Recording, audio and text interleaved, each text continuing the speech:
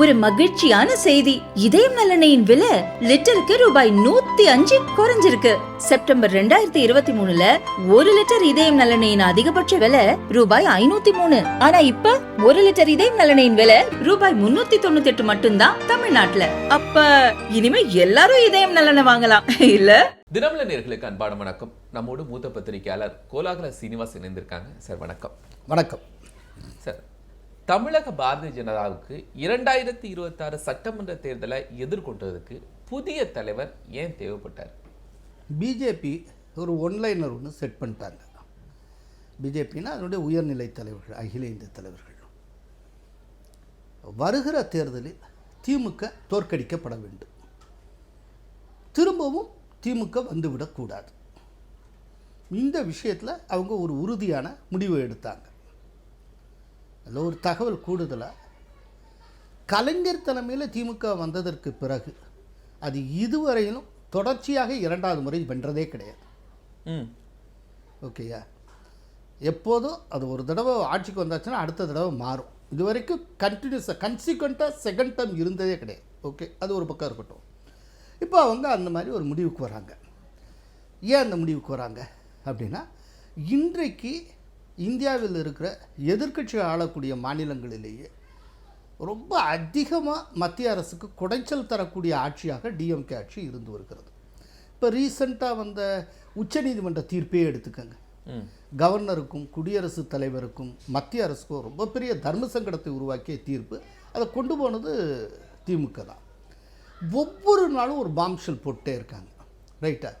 அது கூட பெரிய விஷயம் இல்லை. ஒரு எதிர்கட்சிங்கிற முறையில் எதிராக இருக்காங்க, செய்கிறாங்கன்னு எடுத்துக்கலாம். அதை தாண்டி ரொம்ப ஒரு மோசமான விஷயம் என்னன்னா, கொஞ்சம் கொஞ்சமாக பிரிவினைவாதத்தை நோக்கி திமுக நகர்கிறதோ என்கிற சந்தேகம் எழுந்திருக்கிறது.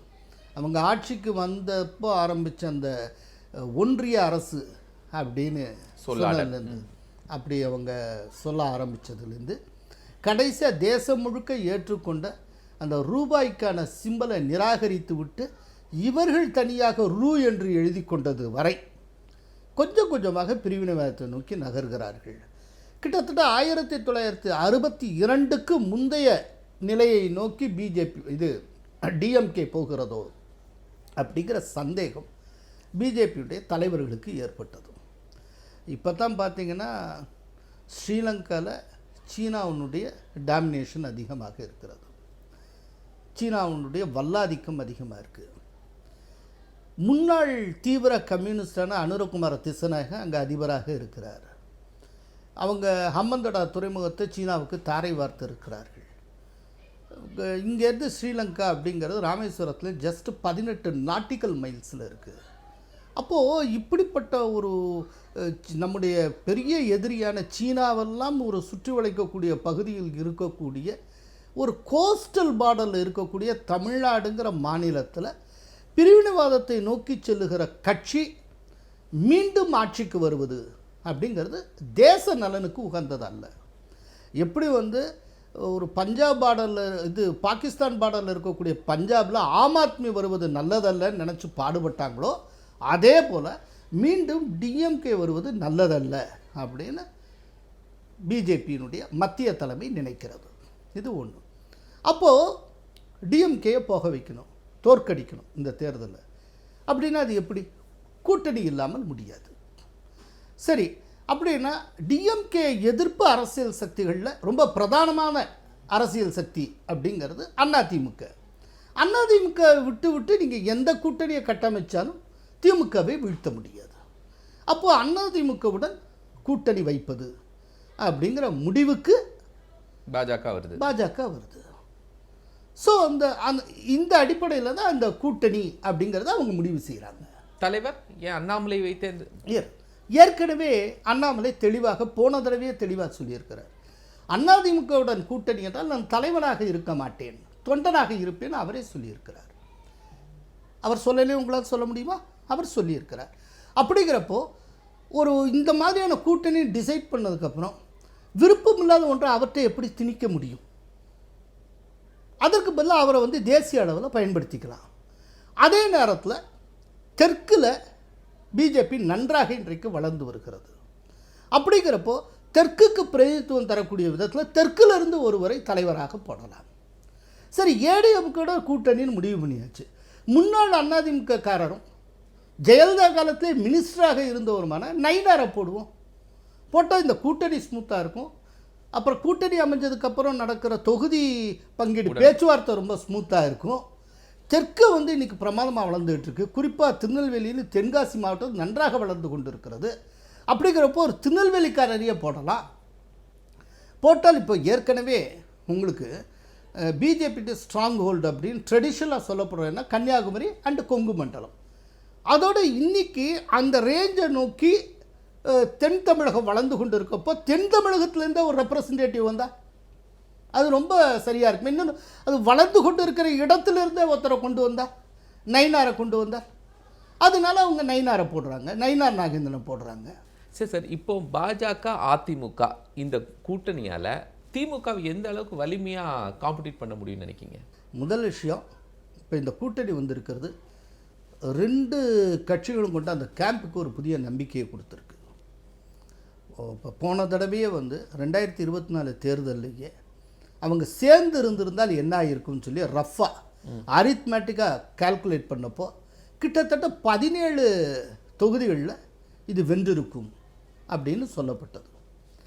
போன தடவை இந்த 2024 ரிசல்ட் வந்ததுக்கப்புறம் அசம்பிளி செக்மெண்ட் வைஸ் பார்த்தப்போ இந்த என்டிஏ அப்படியே இருந்திருந்தால் 85 அசம்பிளி செக்மெண்ட்ஸில் அது முன்னிலையில் இருந்தது. 33 இல்லாட்டி 35 நினைக்கிறேன், 35 அசம்பிளி செக்மெண்ட்ஸில் ஜஸ்ட்டு ஒரு 2% லெவலில் தான் அது லீடு இல்லாமல் இருந்தது. இப்போ இது 85-35 கூட்டினாலே மெஜாரிட்டிக்கு வந்துடும்.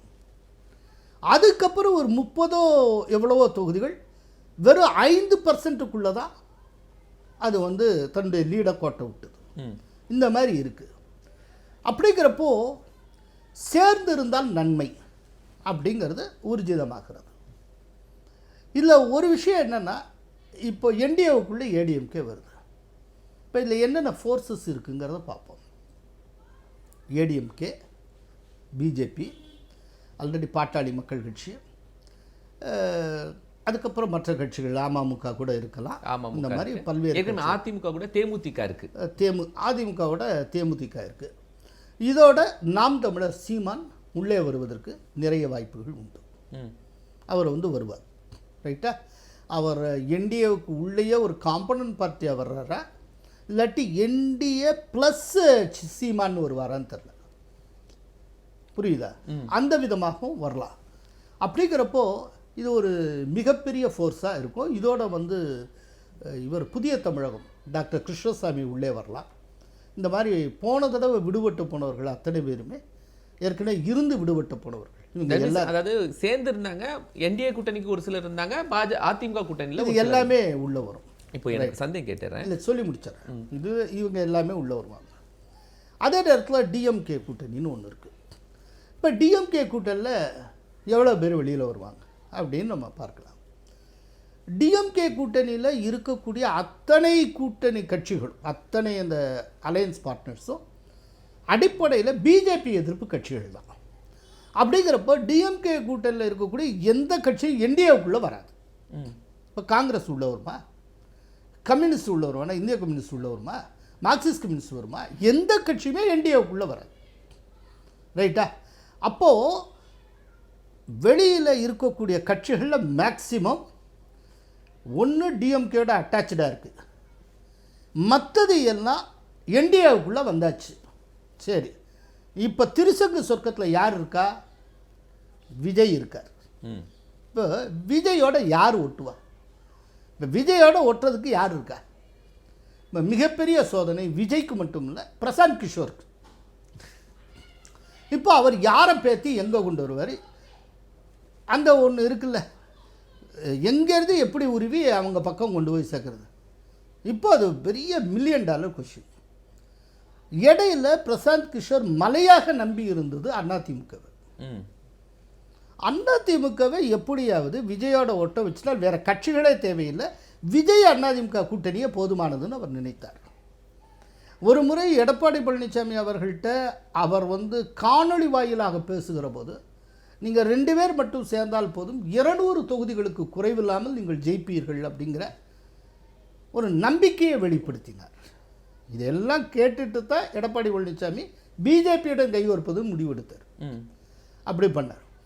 அது தவிர பிரசாந்த் கிஷோர் சில மீடியா பர்சன்ஸை தனிப்பட்ட முறையில் கான்டாக்ட் பண்ணி எடப்பாடி பழனிசாமிகிட்ட நீங்கள் எடுத்து சொல்லுங்கள், விஜயோடு அவர் கைகோர்க்கிறது காலத்தின் கட்டாயம் சொல்லுங்கள், அப்படி பண்ணால் இந்த மாதிரிலாம் அவர் அச்சீவ் பண்ண முடியும் அப்படிங்கிறத ஒரு சில மீடியா பர்சன்ஸை தனிப்பட்ட முறையில் கான்டாக்ட் பண்ணி அவர் தூது விட்டது உண்டு.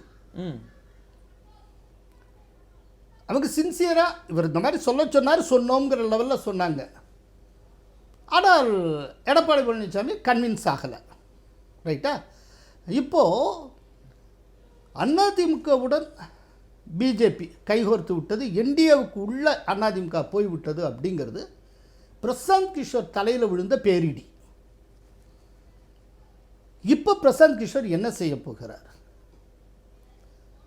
இப்போ எந்த தரப்புலேருந்து அவர் கட்சிகளை கலட்டி மாட்டுவார், இதுதான். அப்போ இந்த 2 தரப்புலையும் அந்த குறிப்பாக இனிமேல் என்டிஏவுக்குள்ளே கை வைக்க முடியாது. என்டிஏ ஒன்று ஃபிக்ஸ் ஆகிடுச்சு. இதில் விஜய் பக்கம் வரக்கூடிய அளவுக்கு அதே ஒத்த கருத்துடைய கட்சிகள் எல்லாமே இருக்கிறது உங்களுக்கு டிஎம்கே சைடு தான். ரைட்டா? டிஎம்கே சைடு தான். இல்லை, மார்க்சிஸ்ட் கம்யூனிஸ்ட் கட்சி ஆல்ரெடி முணுமுணுப்பில் இருக்குது. முணுமுணுப்பை வெளிப்படுத்தியிருக்காங்க. அதே போல் அம்பேத்கர் நூலை விஜய் வெளியிடக்கூடிய ஃபங்க்ஷனில் பங்கேற்கிறார் அப்படிங்கிற அடிப்படையில் திருமாவுக்கும் டிஎம்கே தலைமைக்கு இடையில் கருத்து வேறுபாடு இருந்து கடைசியில் இந்த நிகழ்ச்சிக்கு திருமா போகலை. ஆனால் திருமா கூட இருந்த ஆதன அர்ஜுனா தான் இப்போ இங்கே விஜயோட பக்கத்தில் இருக்கிறார். அப்புறம் காங்கிரஸினுடைய தலைவரான ராகுல் காந்திக்கும் விஜய்க்கு இடையில் நல்ல நட்பு உண்டு. இன்றைக்கு வரைக்கும் இமெயிலில் கரஸ்பாண்ட் போயிட்டுருக்கு. இவர் விஜய் தன்னுடைய ரசிகர் மன்றத்தை மக்கள் இயக்கமாக மாற்றியதுக்கு பிறகு அவர் நடத்தின முதல் ஃபங்க்ஷனே பாண்டிச்சேரியில் காங்கிரஸ் அனுசரணையுடன் தான். அப்போ காங்கிரஸுடைய முதல்வராக வைத்திலிங்கம் இருந்தார். அவர் தலைமையில் தான் நலத்திட்ட உதவி வழங்கக்கூடிய நிகழ்ச்சியை அவர் பாண்டிச்சேரியில் ரன் பண்ணார். அதில் மிக பிரம்மாண்டமான கூட்டம் இருந்தது. இன்றைக்கும் காங்கிரஸோடு அவருக்கு ஒரு டச்சு உண்டு. விஜய் கட்சி ஆரம்பித்ததுக்கு பின்னால் ராகுலுடைய ஐடியா அட்வைஸ் காரணமாக இருந்திருக்கலாம் அப்படிங்கிற பேச்சும் உண்டு. இவ்வளவும் இருக்குது. அப்படிங்கிறப்போ இப்போ விஜய்க்கு பொலிட்டிக்கலாக சர்வை பண்ணுற விஷயம் ஒரு பெரிய சேலஞ்சாக உருவெடுத்திருக்கிறது. அவர் இப்போ தான் கட்சி ஆரம்பிக்கிறார். ஆரம்பித்த நிலையில் அவர் எந்த கூட்டணியும் இல்லாமல் தனித்த ஒரு மாட்டில் அப்படியே இறங்கினால் டபுள் டிஜிட் வாங்கலாம், 10-12%. அதுக்கு மேலே வாங்க முடியாது, ஒரு சீட்டு ஜெயிக்க முடியாது. அவருடைய அரசியல் எதிர்காலம் கேள்விக்குள்ளாகும். அப்போது அவர் 2-3 பார்ட்னர்ஸையாவது கொண்டு வந்தால்தான் அவரால் சர்வை பண்ண முடியும். அட்லீஸ்ட் அவராக ஜெயிக்க. ஆமாம். அப்போது அந்த 2-3 பார்ட்னர்ஸை எங்கேருந்து கொண்டு வருவாங்க? டிஎம்கே தரப்பில் இருந்தால் கொண்டு வர முடியும். அப்படிங்கிறப்போ டிஎம்கே கூட்டணியை உடைக்கிற வேலையை விஜய் பார்த்து கொள்வார். இப்போ அந்த வேலை என்டிஏவுக்கு மிச்சம். பிரசாந்த் கிஷோர் செஞ்சு ஆகணும். ஏன்னா அவர் காசை வாங்கிட்டு அசைன்மெண்ட்டில் கையெழுத்து போட்டார். ஆமாம். அவர் இதுவரைக்கும் வெற்றி திருமகன் அவரை நம்பிட்டு அவரோட வச்சுட்டோம்னா நம்ம ஜெயிக்க வச்சுருவார் அப்படின்னு. இப்போ அந்த இமேஜில் பாதியாவது காப்பாற்றி ஆகணும். அப்போது எந்த பார்ட்னர்ஸும் இல்லாமல் விஜயை மட்டுமே நம்பி எப்படி? ஏன்னா விஜய்க்கு என்ன ஓட்டு கிடைக்கும்னு யாருக்குமே தெரியாது. விஜய்க்கே தெரியாதே, ரிசல்ட் வந்தால் தான் தெரியும். அது வரைக்கும் உண்டானது எல்லாமே வெறும் அசஸ்மெண்ட்டு, அசம்ஷன்ஸ், அவ்வளோதானே. என்னங்கிறது ஸ்டாட்டிஸ்டிக்ஸ் எப்போ தெரியும்? ரிசல்ட் வந்தால் தான் தெரியும். அது வரைக்கும் நீங்கள் சொன்னாலும் சரி, நான் சொன்னாலும் எல்லாமே யூகம் தான். சரி, இந்த யூகத்தில் ஒருவேளை விஜய் அப்படியே கூட்டிகிட்டு என்டிஏ கூட்டணியில் சேர்க்கறதுக்கு வாய்ப்பு இருக்கா என்ன? கொஞ்சம் அது கடைசி பட்சம். இப்போ இது பற்றி ரொம்ப முக்கியமான நபர்கள்லாம் பேசியிருக்கேன். அப்போது விஜய் என்ன சொல்கிறார் அப்படின்னா, விஜயனுடைய பொதுவான கருத்து நம்ம தனிச்சிருக்கணும், கூடுதலாக சின்ன பார்ட்னர்ஸே வேண்டாம், ஏடிஎம்கே மட்டும் இருந்தால் போதும், நம்ம இது பண்ணிடலாம். நம்ம கொள்கை எதிரின்னு பிஜேபின்னு சொல்லிட்டோம், இந்த எதிரின்னு சொல்லி டிஎம்கே சொல்லிட்டோம். டிஎம்கே எதிர்ப்பை வச்சு தான் அரசியலை பண்ண முடியும் தமிழ்நாட்டில். அதனால் நம்ம வந்து தனித்து தான் நிற்கணும். தனித்து நின்று ஒரு பெரிய கட்சியாக அது உருவெடுக்கணும். எம்ஜிஆர் எப்படி வந்தார் அந்த மாதிரி வரணும் அப்படிங்கிறது தான் விஜயுடைய ஐடியாவாக இருக்குது. அப்படிங்கிறப்போ விஜய் என்டிஏவுக்குள்ளே வருவாராங்கிறது தெரியலை. ஆனால் அரசியலில் எதுவும் மாறலாம். இங்கே ரொம்ப முக்கியமான ஒரு ஆழமான ஒரு நுட்பமான விஷயம் ஒன்று இருக்குது. இந்த கூட்டணி அமைஞ்சிருக்குல்ல, இந்த கூட்டணியை தேர்தலுக்கு 3 மாதத்துக்கு முன்னால் பண்ணியிருக்கலாம்ல. ஆமாம். 1 வருஷத்துக்கு முன்னாடி ஏன் பண்ணாங்க? என்ன காரணம் கேளு. அதாவது 1 வருஷத்துக்கு முன்னால் பண்ணுறாங்க. இந்த 1 வருஷத்துக்கு முன்னால் இவங்க பண்ணினாங்க அப்படின்னா அதற்கு ஒரு காரணம் உண்டு. அதாவது ஏடிஎம்கே அண்டு பிஜேபி தரப்பில் இருக்க கேடர்ஸ் ஜெல்லாகணும், அதுவாகணும், அப்படின்னா தான் அவங்க 2 பேரும் இயல்பாக ஒர்க் பண்ணுவாங்க ஃபீல்டில். அப்படி இதெல்லாம் சொல்கிறது இதெல்லாம் சோ கால்ட் ரீசன்ஸ். ஆக்சுவலாக அப்படிலாம் ஒன்றும் ஆகாது. எல்லோரும் ஜெல்லாவாங்க. ஏன்னா 2 தரப்புமே தலைமைக்கு கட்டுப்பட்டவங்க, 2 பேருமே தலைமை. இப்போ பிஜேபியில் காலங்காலமாக பிஜேபியில் இருந்து வருகிற ஒரு சித்தாந்த பிடிப்போடு கொள்கை பிடிப்போடு இருக்கிற எல்லாருமே பிஜேபி தலைமை என்ன முடிவெடுத்தோ அதுக்கு அடுத்த நொடியிலிருந்து கட்டுப்படக்கூடியவர்கள். இப்போ கிரவுண்ட் லெவலில் இருக்கிற எல்லா பிஜேபி நிர்வாகிகளும் பல பேர், நான் பலரில் கோயிலுக்கெல்லாம் போவேன், அங்கே சவுத்துலாம் சங்கரன் கோயில் அங்கே எங்கே அப்போல்லாம் அந்த நிர்வாகிகள் புலம்புவாங்க. சார் கூட்டணியே இல்லாமல் எப்படி சார் ஜெயிக்க முடியும்? ஓட்ட வாங்கிட்டு என்ன சார் ஜெயிச்சா தானே சார்? கூட்டணியே இல்லாமல் நிற்போம் ஓட்ட வாங்க இப்படி ரைட்டு. நான்லாம் இத்தனை வருஷமாக இருக்கேன் சார், வயசு போச்சே சார். ஒரு எலெக்ஷன் முடிச்சுன்னா அப்புறம் 5 வருஷம் போயிடுது. இப்படியே போயிட்டே இருக்கும். இப்போல்லாம் நாங்களாம் என்றைக்கு சார் எம்எல்ஏ ஆகுது? என்றைக்கு கூட்டணியே இல்லாமல் போடலாம். சரி இப்படியே ஏதோ ஓட்டை வாங்கிட்டே போவோம். முன்ன காட்டிலும் கொஞ்சம் ஓட்டு வாங்கியிருக்கோம், ஓட்டு வாங்கி இப்படியே போயிட்டு இருக்கிறதா? என்றைக்கு சார் ஜெயிக்கிறது? வெற்றிங்கிறது வேண்டாமா? இது எல்லா நிர்வாகிகளும் புலம்பியிருக்காங்க. இது ஒரு பொதுவான நபரை பார்க்குறப்போ அவங்களுடைய மனத்தாங்கள் அத்தனையும் கொட்டுவாங்க. அதை வந்து கட்சி தலைமையிட்டையோ மற்றவங்கள்ட்ட வெளிப்படுத்திக்க மாட்டாங்க, தன்னுடைய சக கட்சி தோழர்கள்ட்ட கூட வெளிப்படுத்திப்பாங்க. அந்த ஒரு புலம்பல்லாம் இருந்தது. அதனால் அவங்களுக்கு இயற்கையாகவே ஒரு மகிழ்ச்சி தான். பொதுவாகவே ஒரு அந்த கட்சியில் அடிப்படை உறுப்பினர்களாக ரொம்ப காலமாக இருந்துட்டு வர்றவங்க, கொள்கை பிடிப்பு உள்ளவங்க, சித்தாந்த பிடிப்பு உள்ளவங்க, கட்சி தலைமைக்கு கட்டுப்பட்டவர்கள், அவங்க எல்லாருக்குமே இது மகிழ்ச்சி. இதில் வந்து எந்த பிரச்சனையுமே இல்லை. அவங்க 3 மாதத்துக்கு முன்னால் வச்சா கூட செட்டில் ஆயிடுவாங்க. ஆனால் இந்த 1 வருஷத்துக்கு முன்னால் அப்படின்னு வச்சதுக்கு காரணமே இப்போ விஜய் மாதிரியான ஆட்கள் என்னென்னா நிறைய பரப்புரை பண்ணுவாங்க, நிறைய டைம் எடுத்துப்பாங்க, மக்கள் மத்தியில் எவ்வளோ முடியுமோ அந்தளவுக்கு பல்ட்டி அடிப்பாங்க. இதுக்கிடையில் 3-4 தடவை இன்டர்னல் சர்வேலாம் எடுத்துருவாங்க. சர்வேலாம் எடுத்து கூட்டணி வேணுமா இல்லையா அப்படிங்கிற ஒரு முடிவை அவங்க வந்து 6 மாதம் கழித்து 7 மாதம் கழித்து எடுப்பாங்க. எடுக்கிறப்போ ஒட்டுறதுக்கு ஒரு இடம் வேணும்ல. நீங்கள் 1 வருஷத்துக்கு முன்னாலேயே ஆரம்பித்து இதை பிரமாதமாக கொண்டு போனீங்கன்னு வச்சுக்கோங்க, வேறு வழி இல்லை, அவங்க இங்கே தான் வந்தாகும். அன்றைக்கி பார்த்துக்கலாம். ஏன்னா இது 1 வருஷம் டைம் கொடுத்துருக்கிறது அதுக்கு தான். இப்போ பிரசாந்த் கிஷோர் வந்து தந்திக்கு கொடுத்த இன்டர்வியூவில் சொல்லியிருப்பார், நாங்கள் இப்போயே முடிவெடுக்க போகிறதில்ல அப்படின்னு சொல்லியிருப்பார். அது வந்து பின்னால் ஜனவரி பிப்ரவரி வாக்கில் தான் கூட்டணி பற்றி யோசிப்போம். என்னென்னா அவங்க வந்து ஒரு இன்டர்னல் சர்வே எடுத்துக்கிட்டு இருக்காங்க. இப்போ நான் வந்து ஒரு சில இன்டர்னல் சர்வீஸை கிராஸ் பண்ணேன். அதெல்லாம் பார்த்திங்கன்னா விஜய்க்கு வந்து இப்போது ஒரு உதாரணம் சொல்கிறேன். 1000 விளக்கு தொகுதி, 1000 விளக்கு தொகுதியில் விஜய்க்கு ஒரு 7.5% வாக்குகள் இருக்குது. அதே நேரத்தில் திருநெல்வேலி அந்த பக்கம்லாம் விஜய்க்கு கிட்டத்தட்ட ஒரு 17% என்னமோ இருக்குது, 17%.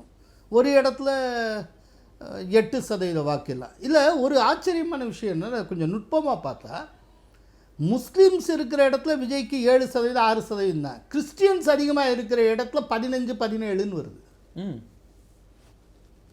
அப்போது இந்த சிறுபான்மையினர்லேயே முஸ்லீம்ஸு டிஎம்கே பக்கம்தான் இருக்காங்க, கிறிஸ்டியன்ஸ் ஓட்டு உடையுது. இப்போது விஜய்னால் யாருக்கு நஷ்டம் அப்படின்னு பார்த்தீங்கன்னா, டிஎம்கே ஓட்டு ஸ்ப்ளிட் ஆகுது. டிஎம்கேக்கு ட்ரெடிஷ்னலாக வரக்கூடிய கிறிஸ்டியன் ஓட்ஸில் நிறைய விஜய்க்கு போகும். 2வது, விஜயால் பாதிக்கப்பட போகிறவர் திருமாவளவனாக இருப்பார். அவருடைய ஓட் பேங்க் ட்ரெடிஷ்னலாக எதுவோ அந்த ஓட் பேங்க்கில் மேஜர் லெவல் ஆஃப் ஓட்ஸு அடி வாங்க போகுது, விஜயை நோக்கி போகிறது. ட்ரான்ஸ்ஃபர் ஆகும். இது வந்து ரொம்ப தெளிவாக தெரிகிறது. ஃபர்ஸ்டே நீங்கள் சொல்லியிருந்தீங்க. இன்னொன்று, விஜயை நோக்கி இந்த ஃபஸ்ட் டே ஓட்டர்ஸ் யங்ஸ்டர்ஸ் நிறைய ஈர்க்கப்படுறாங்க. இதனால சீமானுக்கு பாதிப்பு ஏற்படும்.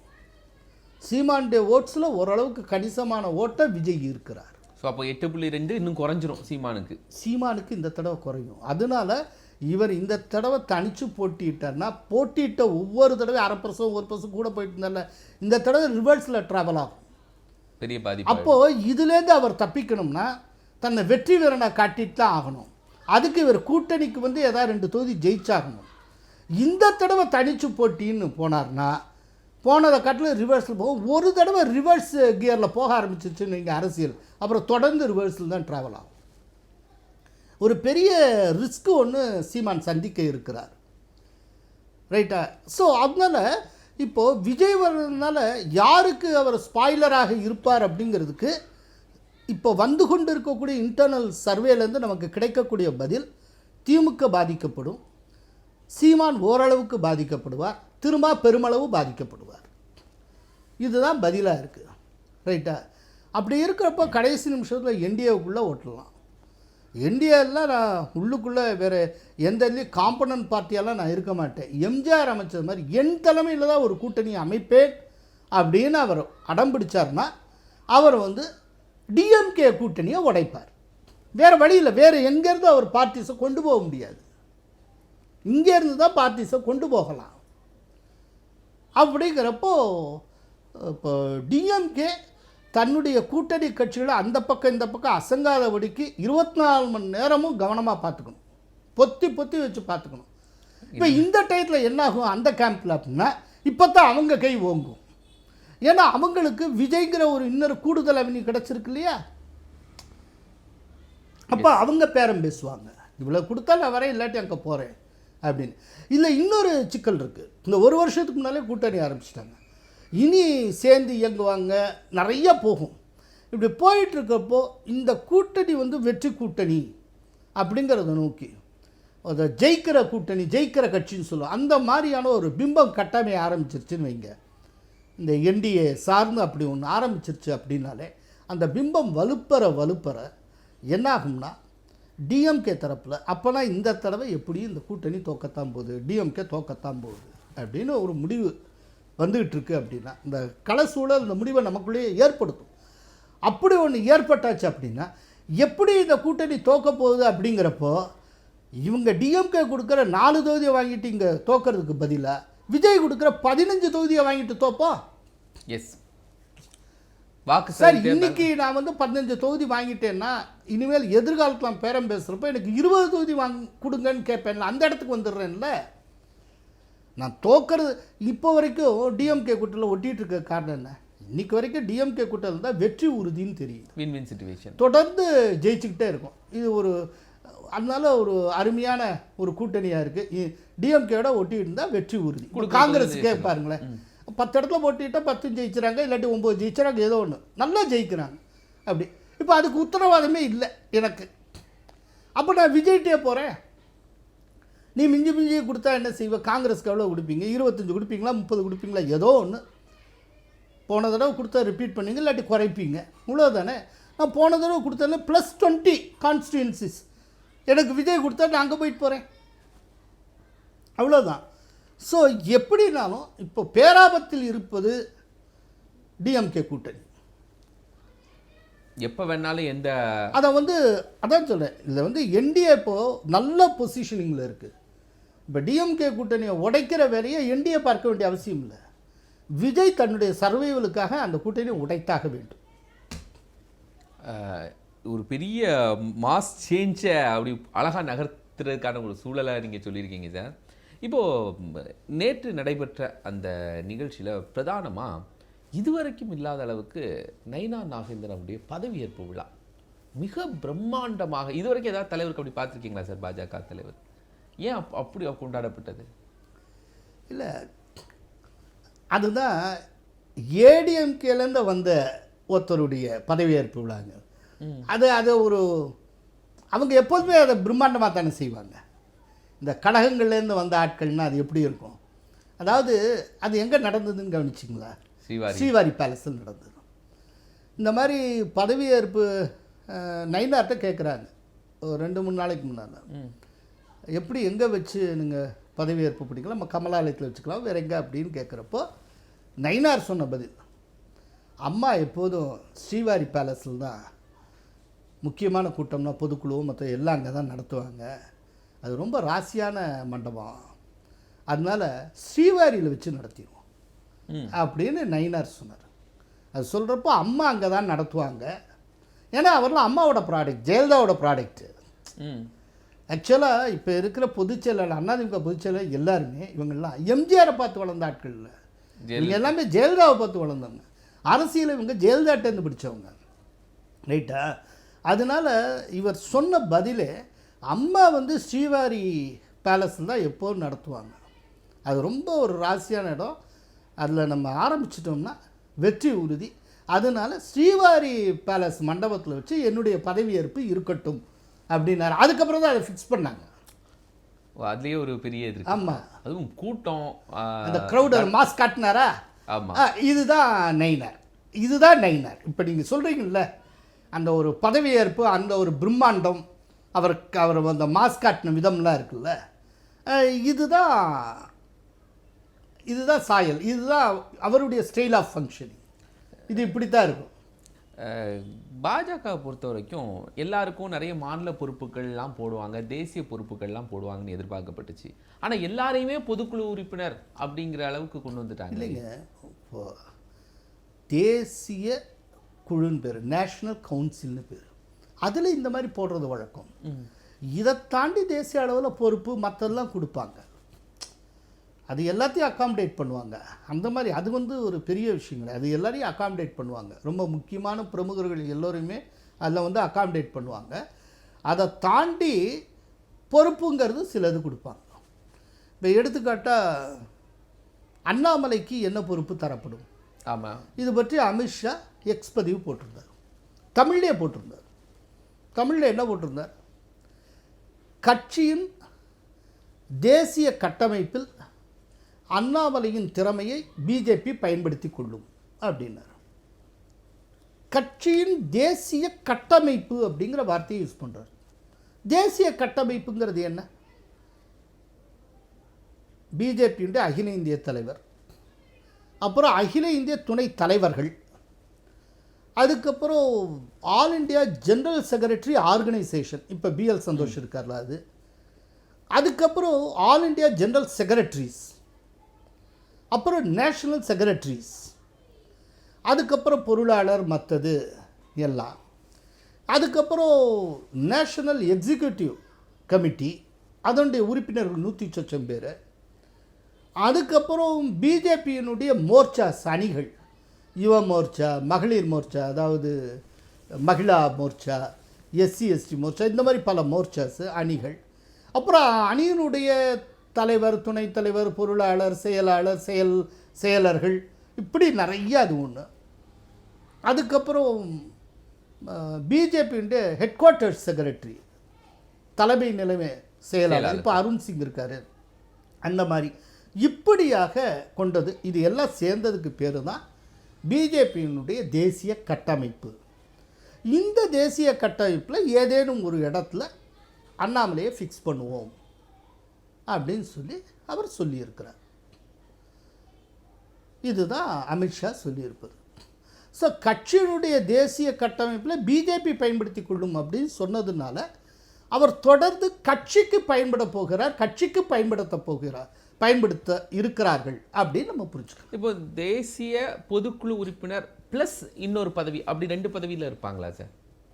இப்போ எல்லாருக்கும் ஒரு பதவி கொடுத்துட்டாங்க, இப்போ மாநில செயலாளர், மாநில பொதுச் செயலாளர், இந்த எல்லாரையுமே தேசிய பொதுக்குழுன்னு போட்டாங்க. இதை தாண்டி மாநில தேசிய பொதுக்குழு, நேஷனல் கவுன்சில், ஓகே, நேஷனல் கவுன்சிலில் போட்டிருக்காங்க, அது வந்து பதவின்னு சொல்ல முடியாது.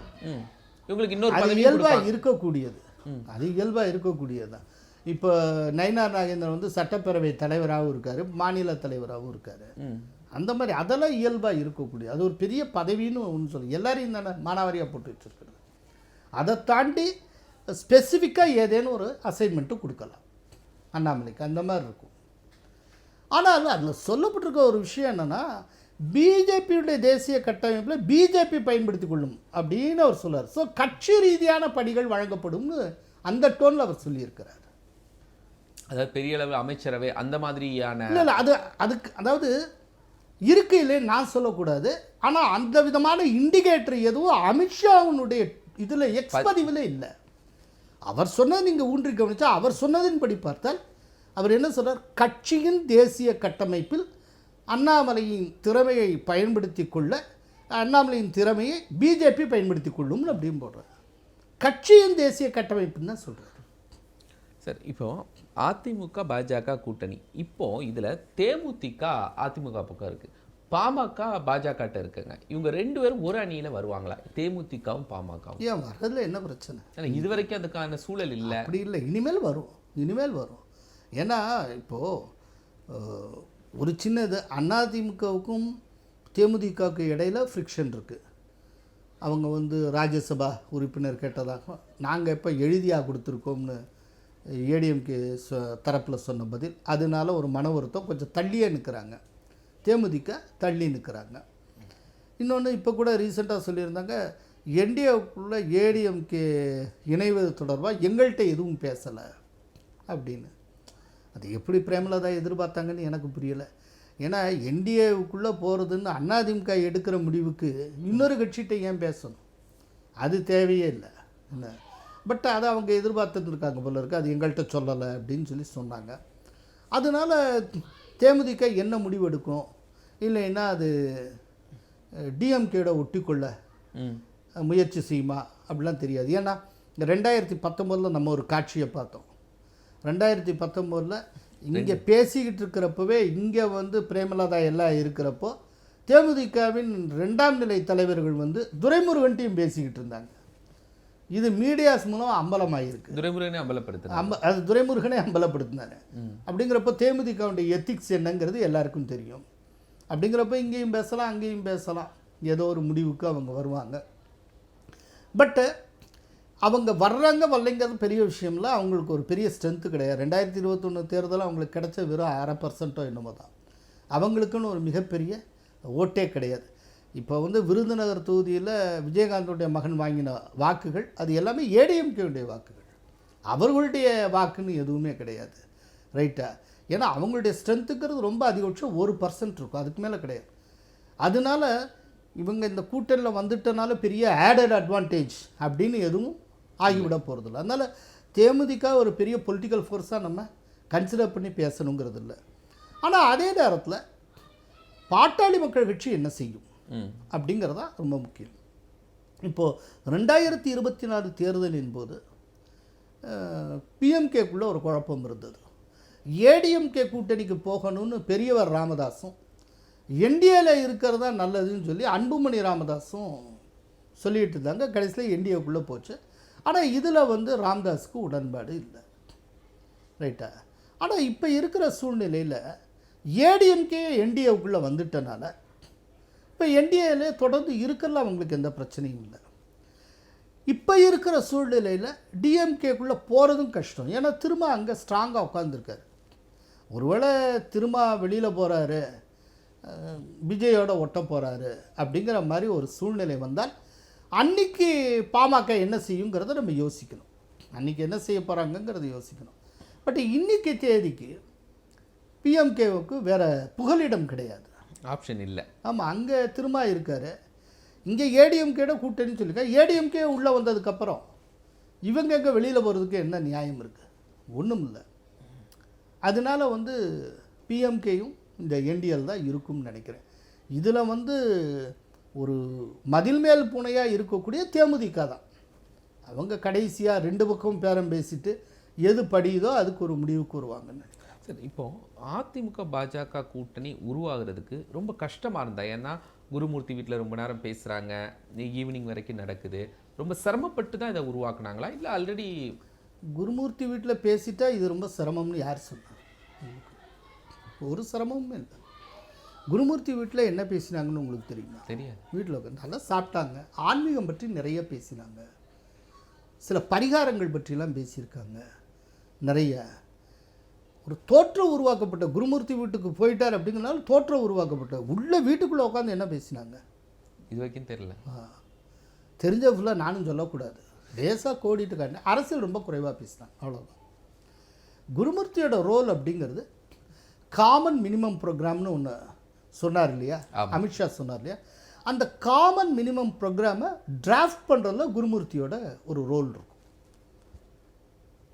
அதாவது குருமூர்த்தி, நிர்மலா சீதாராமன், ஏடிஎம்கே சைடில் வந்து தம்பிதுரை, இவங்கெல்லாம் சேர்ந்து ஒரு காமன் மினிமம் ப்ரோக்ராம் வந்து டிராஃப்ட் பண்ணுவாங்க, உறுத்தல் இல்லாமல் இந்த கூட்டணியை கொண்டு வருது.